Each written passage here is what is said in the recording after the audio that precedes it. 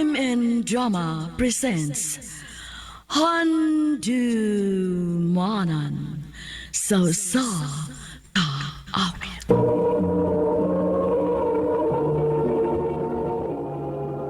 Ano pa daw sa watang pagkaroon, magaling ka sa kalalaki nga taga Lapu-Lapu City ang nga tumatatang ko nagdasangan nga Arman.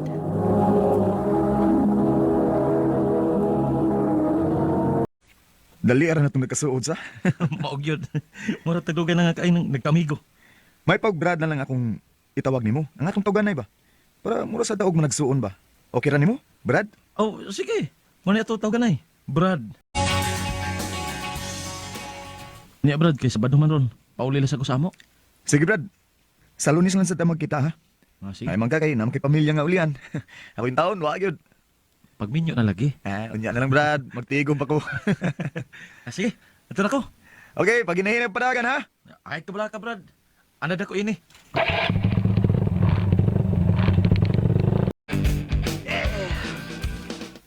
Abi na ko, di ka mo-duty ron. Kay nadugan ko kagabot. Brad, Saan ka, Brad? Anong guol mo kayo ng naong nimo? wa man Brad. Tana, mabiyahin na ta. Kay daghan para patag i-deliver. Akong gituyo pagpahuno ning sakyanan ning mingaw nga dapit. Aron makasulti tag maayo. Kay gani hargyud ka nga wag gid tingog-tingog. Nahuman na tag-deliver. Brad, Unsam gi problema? Nganong guol mo kay kag naong? Unsam kay nitabo nimo? Brad, Brad Edward. Nihila ka man good. Naunsa ka?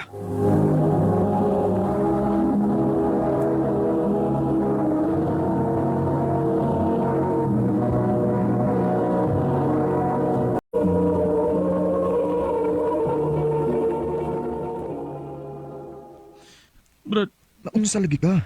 Nganong nihilak man ka? Ha? wa ko magtuo nga makabuhat nining akong asawa, Brad. Nganong day, unsam ni kibuhat si mo asawa nimo? Paminaw, Brad. Malipay gid na akong asawa. Ang may dakong ice cream para niya. Wag siya makabantay nga nabot nako. Ayaw ba? Gilok na. Usaro?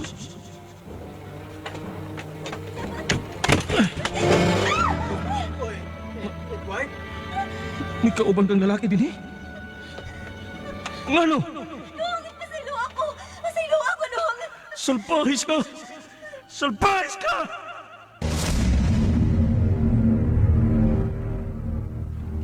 Kinuo ko. Nakahimo ang imong asawa, ana. Maula, Brad.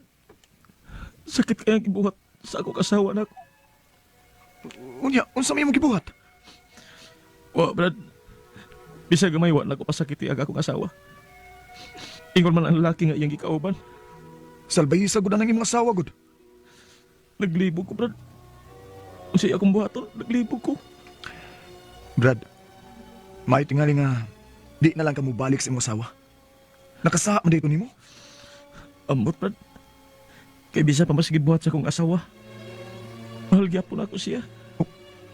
Unsa? Unya, kumusta naman mo ang imong asawa, Brad? Okay na, Brad. Nakasinabot na mi. Huwag ang akong asawa, misaad na siya. Nga, dili na siya magbinuang nako. O, ako na lang siyang gipasaylo, Brad.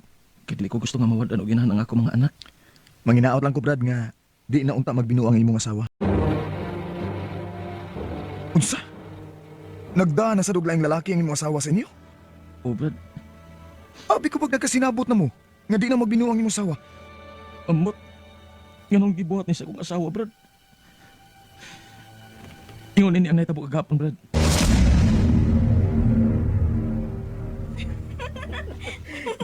Ginoo ko. May kauban na sa mga lalaki ang akong asawa. Ayaw ba? Gilok na. Ah! Di ano na ikaw? Kami pa paano? Usa ni Day. Ganong may kauban kang lalaki din sa ato. Abi man ako di ka na magbinuang nako. Nangabit na lang gihapon di ay. Naghagwa-hagwa pa mo din pagid sa atong panimay? Masaylo alang ko dong. Last na yun ni. Hayop ka pagkaasawa. Hayop ka!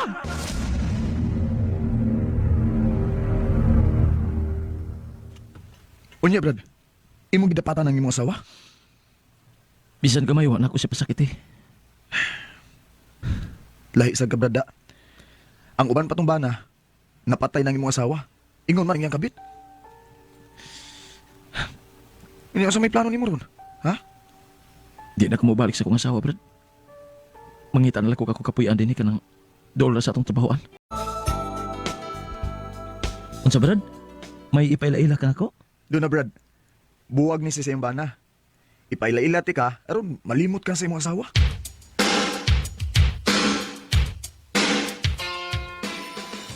Muna akong giingon ni mo, Brad. Akong ipalaila-ila mo. Si Marie Chris. Chris, si Edward. Hi, Marie Chris. Hello. Miga na ta, ha? O ba?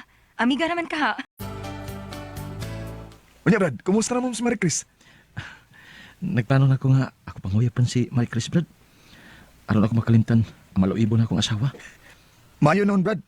Og makapasalig ko nimo nga buutan na si Marie Chris. Sige, ato na ko, ha? Ha? Oh, asam di ka nga nung magdama kasi mong motor? Manuloy mi si Marie Chris. Kanta-kanta lagod. Nya, inom-inom ginagmay. Okay, sige, Brad, ha? Niya, tawag lang niya ako kung sugto na ka ni Marie Chris. Unya, kumusta, Brad? Okay na, Brad. Niya ako sa Katmon ron. Akong gihatod si Marie Chris. Gikan minanuroy. O niya, mapauli na po ko diha. Brad, unsa man, hubog ka? Kainom lang gamay, Brad. Brad, ay lang tingay pagpauli, Brad. Ay, kay nakainom ra ba ka? Mag-drive ra ba kasi mong motor? Ay, problema na, Brad. Ako pa. Kaya rin ako, Brad. Sige, Brad. Pag ginahinay lang, Brad, ha? Okay. Ako kang paabuton dere. Wa pa man moabot si Edward. Kanina ra mo kong hinuwat niya. Unya, ang iyasang number. Di makontak. Oh, basi si Brad Edward na ning nanawag. Hello? Hello. Arman. Kinsa man eh? Si Mary Chris ni. Uy, Marie Chris, ikaw humday ni. Pero, unsa man ka? Anong nagilak man ka? May bawunta lang ka nga. Gawa na si Edward. Usa? Unsa iwa na si Edward? Ha? Patay na si Edward. Nabangga sa basang motor nga kaya kidrivean. Unsa? Kinuha ko. Nganong nahitabo ni Brad Edward? Brad Edward! Huwag si Brad Edward nga nag-drive sa iyang motor. Huwag nabangga kinsa sa kabas. Huwag mahinungdan sa iyang kamatayon. Karon, go na lang ko sa paghandom sa kong suod nga higala. Dini na lang ko ug daghang salamat sa pagtaga ning akong suwat. More power, Arman.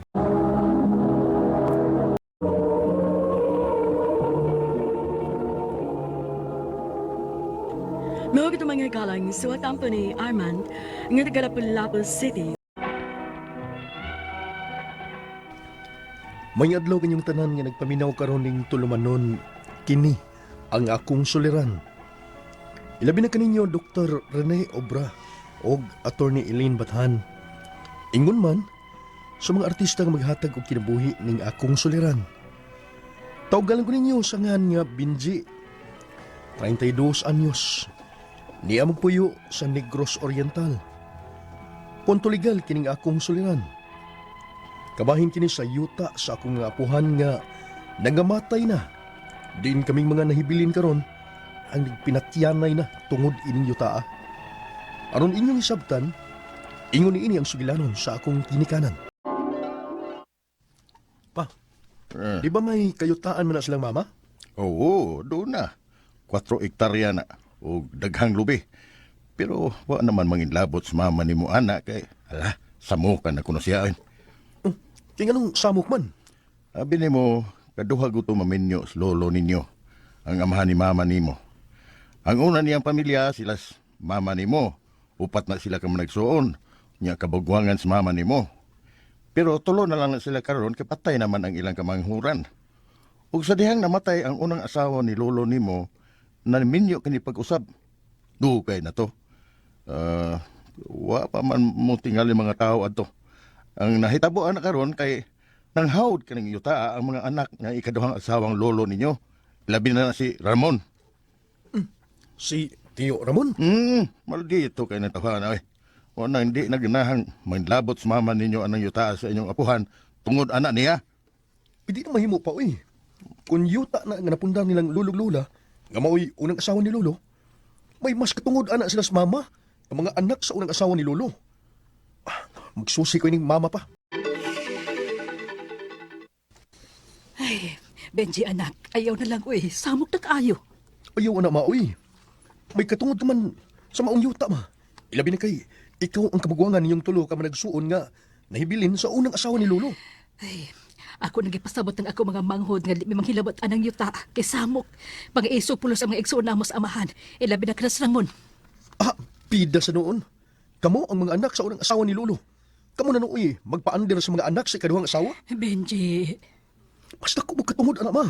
Kaya kung boto na naon, yuta man ang naangkon sa inyong mga ginikanan sa ilang pagtipon. ay nga ba na interes ka man ni Ana, Benjie? Natural. Kay may katungod ta. Dili ta payatak sa tong katungod ma. Pamambitaw nga, may mga dinaog-daog kay ito na may magpadaog-daog. Maong tingog ma. Barudi ang iyong katungod. Ay, ayaw nang lagi mo pangitag samog anak. Uy, kay nga ano ba? Nalumsan batas gutom?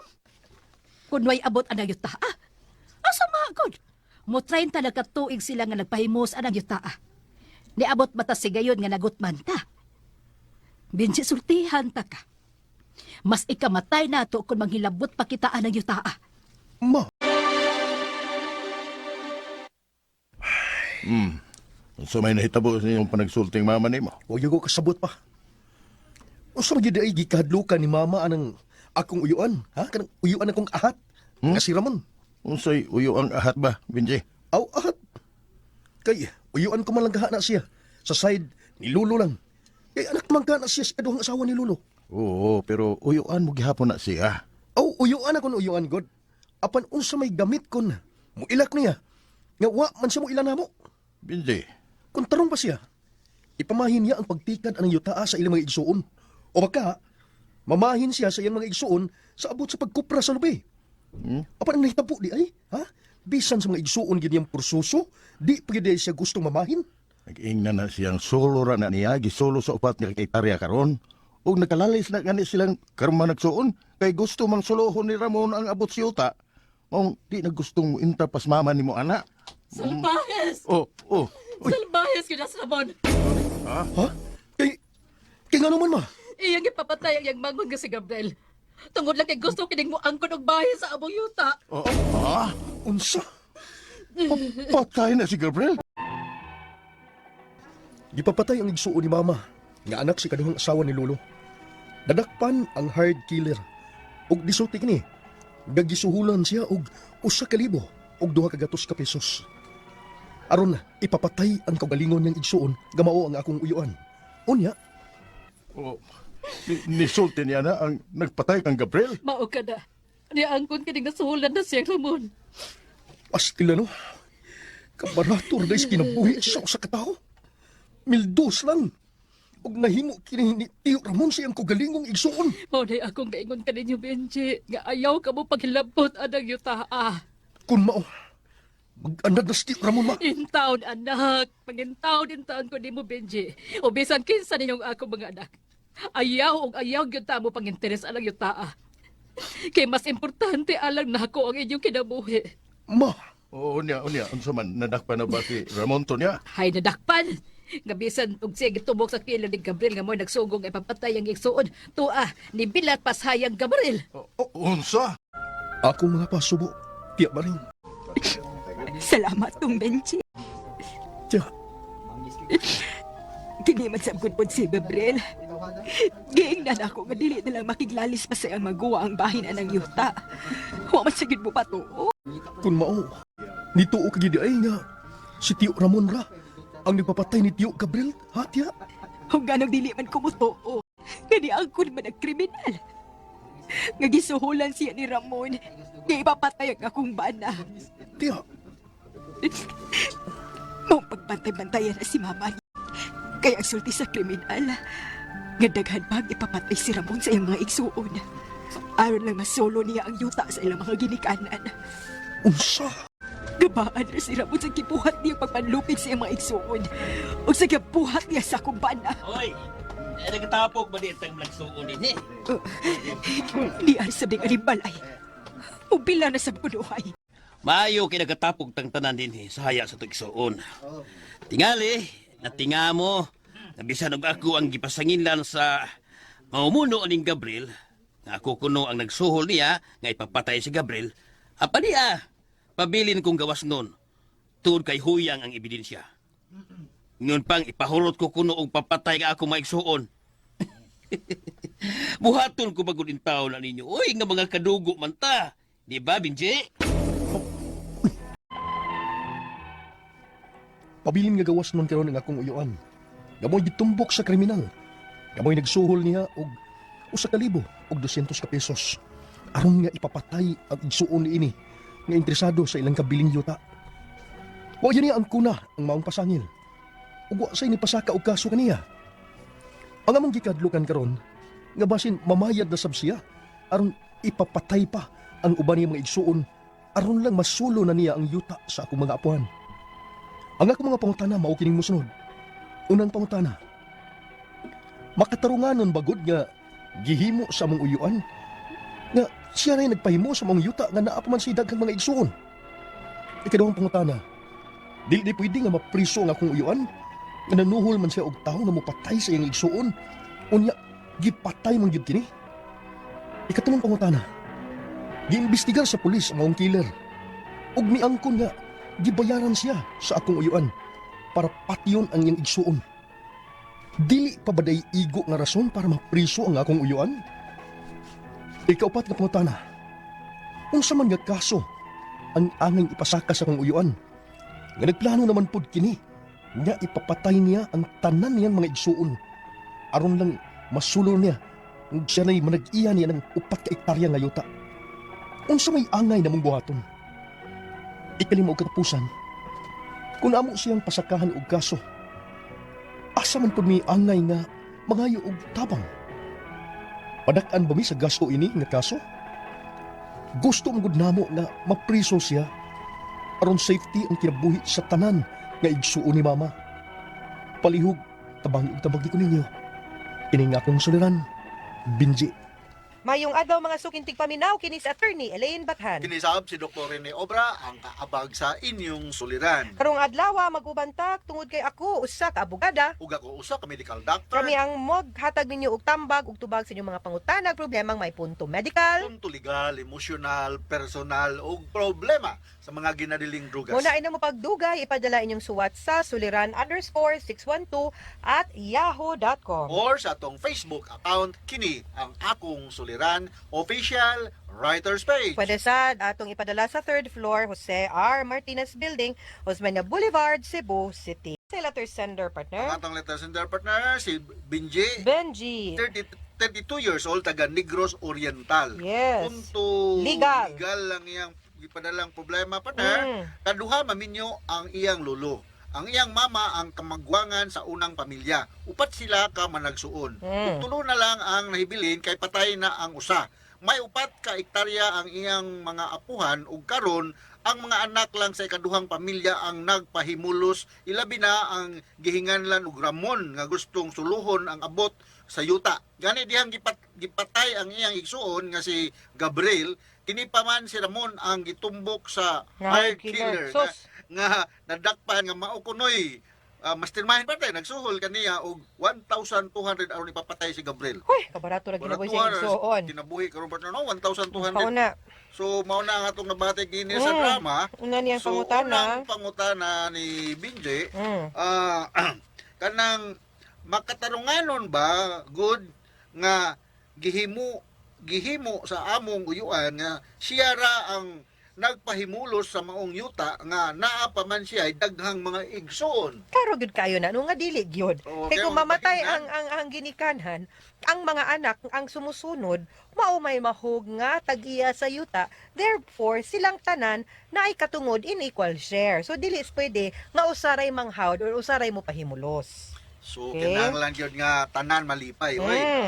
Dili di ay kaduha pa ko tanan partner no. Dili di ay pwede mapriso ang akong uyuan nga nanuhol man siya og tao nga mupatay sa iyang igsuon Kakuyaw, anyway. di patay man gyud kini. Okay. Now, what ko ka-sure og unsay status sa kaso? Kaya ang akong pangutana, katong nagpusil, katong nagpatay ni Gabriel, nadakpan ba, gifailan ba kaso o niya? Sure man gyud ko nga kung iyang gitumbok as mastermind, pasakahan gyud ni kaso si Gabriel. So wako kibaw di kita kasabot kay dili kayo kompleto ang detalye no sa imuhang drama, but ang sakto gyud ana nga proseso maapil gyud si Gabriel, si Gabi. Mastermind, As mastermind, no? Si Ramon. Oh, sabi naman, Ramon, no? si Ramon. Sa maong kaso. So dapat sa siya pasakahan og kaso. So I'm not sure unsay nahitabo kung napasakahan ba or wala now. Kung klaro ang ebidensya against him nga siya gyud no ang nagbayad no na ay saktong pruweba, aw posible gyud nga ay dili lang gyud siya makasuhan, mapriso pa gyud siya. Alright, so ikatulong pangutana. Giimbestigar sa pulis ang maong killer. Nadakpan maong Yes, killer pa na giimbestigar sa pulis. O miangkon nga gibayran siya sa akong uyuan para patyon ang iyang igsuon. Dili pa ba diya igo nga rason para mapriso ang akong uyuan? Daay reasons ang kapulisan and ang prosecutor, I am sure nga kinahanglan sa gyud sila sakto pud nga proof. Kay pwede masagod nga maski kinsa lang pud ang itumbok pud atong hired killer oy nga maoy iyahang itumbok pud. So kinahanglan pud og sakto pud nga pruweba para makaingon pud ta maski probable cause pa lang kanang makaingon ta ba nga oo no posible sa gyud nga sakto nga si Ramon gyud tuod. Kinaatay lain nga ebidensya aside sa verbal nga pagpamasangil sa hired killer nga si Ramon gyud ang gabayad niya, no? So basin wa ta ana mao tingaling wa pa na siya na filean. Pero ug naay laing pruweba, then dako gyud og chance nga makasuhan og apil ang katong imong tiyo. Alright, so ikaw pat nga pangutana, unsa man nga kaso ang ipasaka sa akong uyuan nga nagplano man naman pud kini nga ipapatay niya tanan iyang mga igsoon kuyawa gud para sa siya na lang gyud manag-iya sa 4 hektarya nga yuta unsa may angay namong buhaton. Sulugon niya ko 4 hektarya pa na. Nah, kalisod gyud ani basta ingon ani no. Now, kaning imong ingon nga nagplano, ang akong pangutana ani, unsa may imuhang proof? Ebidensya nimo nga makaingon ka nga naay dautan nga plano ang imuhang magwang. Naa na bay mga sinales, naa na bay mga bahad, naa na bay mga gipangsulti siya kay kung gibahara na mo, giingnan na mo, pwede naman gud po na ninyo sila ikiha grave coercion or grave threats. Para man lang at least dinha pa lang puntuha, mura na siya makaingon nga oy murag delikado ko ani da murag musukol man ni no nya murag di man ko maka panalipod sa balaod ani kay murag mapriso man gyud ko, so that will make him think twice, magduha-duha siya padayon sa iyahang giplano. Ya kana ba ang third hand information ingon si kuan nga patyon kuno ka kana lisod man kaayo na. So mo na ato ala na ikuan pero ang ato lang gyud po kay di man sa gyud ta ka kumpiyansa for now. Kung wala man gani ako lang yung advice magmatmon gyud ta, di ta maglakaw-lakaw gitara no. Labaw na karong panahon na siguro nga init pag gyud kaayo mo sa inyong pamilya, kanila gyud yung mga yuta manggod usahay ba mo gini makabunggag sa pamilya partner. Tinuod bitaw. Okay. So may ba ibilin sa imong mga anak kanang diploma? May pa. Kay why gubot? Yuta ganay pagtang gubota. Katon mo palit hag inyo eh. No, may pa. Ikalima og katapusan ka pangutana partner. Kung amo silang pasakaan og kaso, asa man pud ni angay nga mangayo og tabang. Madak-an ba mi sa gasto ani nga kaso? Gusto man jud namo nga mapiso siya para safety ang kinabuhi sa tanan nga may igsuon ni mama. Yes. Of course, moduol mo sa kapulisan. Kay para sila'y mo tabang og mo assist ninyo sa pagpasakag kaso. Ang kanang kasong kriminal nga inyong ipasaka, ang mo prosecute manggod ana og mga bugar ana para ninyo, ang Public Prosecutor's Office, dili mo kinahanglan gyud mukuha og pribado nga abogado kung maglisod mo. So muduol lang mo sa prosecutor, mag-coordinate, magpatabang mo sa pulis. Okay? Alright. Mga sukintig paminaw, hinaut untangan namin nakutlo na pagtulunan karong adlaw, kini si Attorney Elaine Bathan. Kini sab si Dr. Rene Obra. Daghan kayong salamat sa inyong pagpaminaw sa atong tulumanon hangtod sa sunod nga sugilanon. Dinhigapon sa to ang programa kini ang akong suliran gikan sa RMN Production Center, Radyo Mo Nationwide. Tatak Arman. Daghang salamat. Ug mayong adlaw.